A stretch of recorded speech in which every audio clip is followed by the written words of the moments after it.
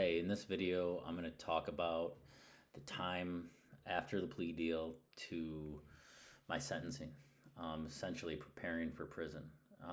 After I signed the plea deal, I felt like the storm had passed. I thought that, now I can focus on what's in front of me.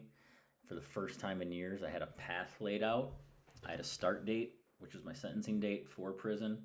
I also had an end date where, if everything went well, I had an end date that I would be walking out of prison.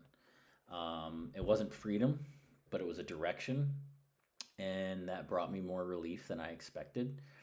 The uncertainty was gone. I wasn't spinning anymore, and like I said, I had a destination.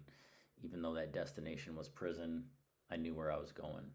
Um, Also, signing the plea deal, I thought there'd be more second guessing about the plea deal itself, more of an internal fight to clear my name or prove whatever I was trying to prove at trial.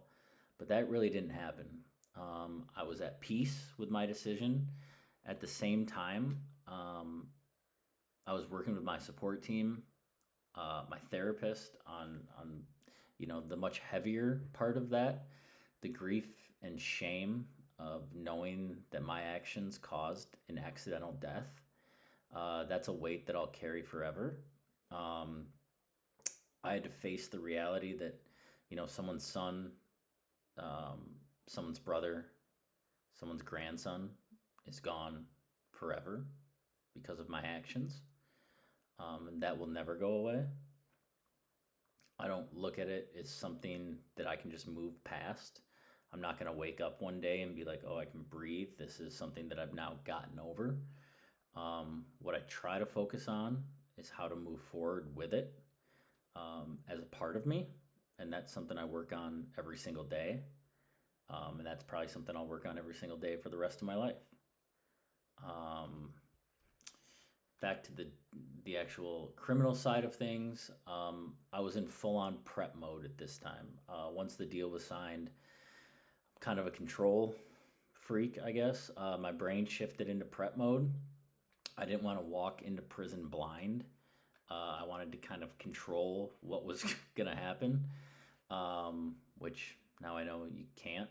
I wanted to know everything I could, what to expect, how to act, how to keep my head down, and how to walk out of there on the early release date that I was given. I was fortunate enough to have time and the resources to try and prepare. I had access to the internet, to podcasts, people I could reach out to, and I literally dove in on everything I could. I binged prison documentaries. I listened to shows like Ear Hustle, which is a podcast, Uncuffed, which is another podcast. I read all the Reddit threads possible. I watched everything on YouTube. I typed every random question that you could think of, from what to wear to how do you handle your first day, into Google. And the more I searched, the clearer it became that there was no guide for what I was about to face. I did reach out to my network and to two people that I knew had done some time previously.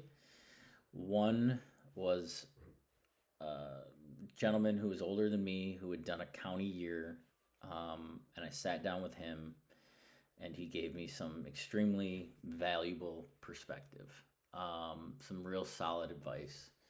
But he also couldn't speak to prison, right? He could speak to jail, to Kalamazoo County Jail specifically, and what he went through. Another guy I reached out to, it wasn't that fruitful of a conversation, so I left there thinking that I was no better than when I walked into that meeting.